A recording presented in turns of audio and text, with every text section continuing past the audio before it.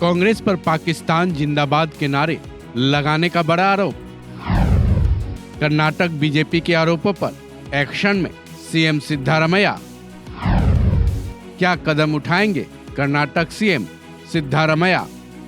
कर्नाटक में राज्यसभा चुनाव के बाद बवाल मचा हुआ है। बीजेपी ने कांग्रेस पर राज्यसभा में जीत के बाद विधानसौधा में पाकिस्तान जिंदाबाद के नारे लगाने के आरोप लगाए हैं, जिसके बाद अब कर्नाटक के सीएम सिद्धारमैया एक्शन मोड में हैं। कांग्रेस की कर्नाटक सरकार ने इस मामले में बड़ा एक्शन लेने का दावा किया है।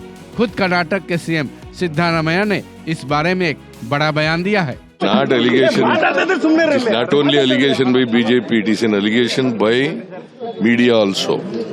If she will send the voice report to the FSL, if report comes and if it is true that somebody has made a slogan that Pakistan Jindabad, such person will be punished seriously.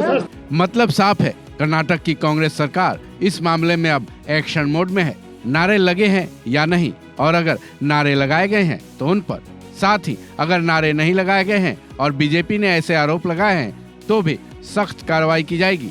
वहीं कर्नाटक सरकार में मंत्री प्रियांक खड़गे ने भी इस बारे में अपना बयान दिया है, जिसमें उन्होंने दावा किया है कि ऑडियो में ऐसा कुछ भी नहीं पाया गया है।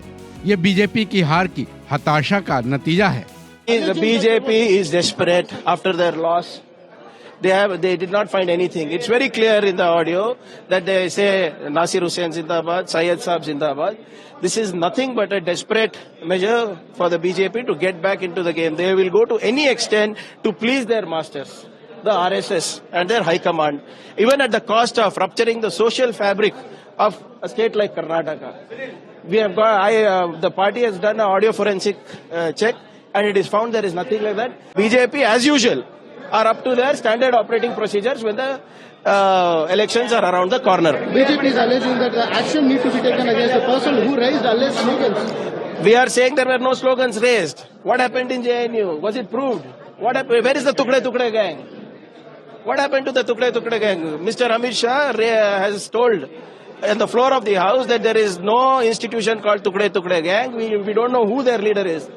This is nothing but BJP's fragment of imagination that they are pushing whenever the election comes. How many times have they told that pro-Pakistan slogans have been issued? But not even a single one has been proved so far. So it means that Amit Shah is the most incompetent home minister. Then. Sir, there are allegations by the BJP clearly saying that the person who raised slogan is the supporter of Nasir Hussain. We are saying, obviously, there were people who support the Congress party yesterday. It was an election. It was a victory lap that they were doing that time. So quite naturally, it will be their supporters.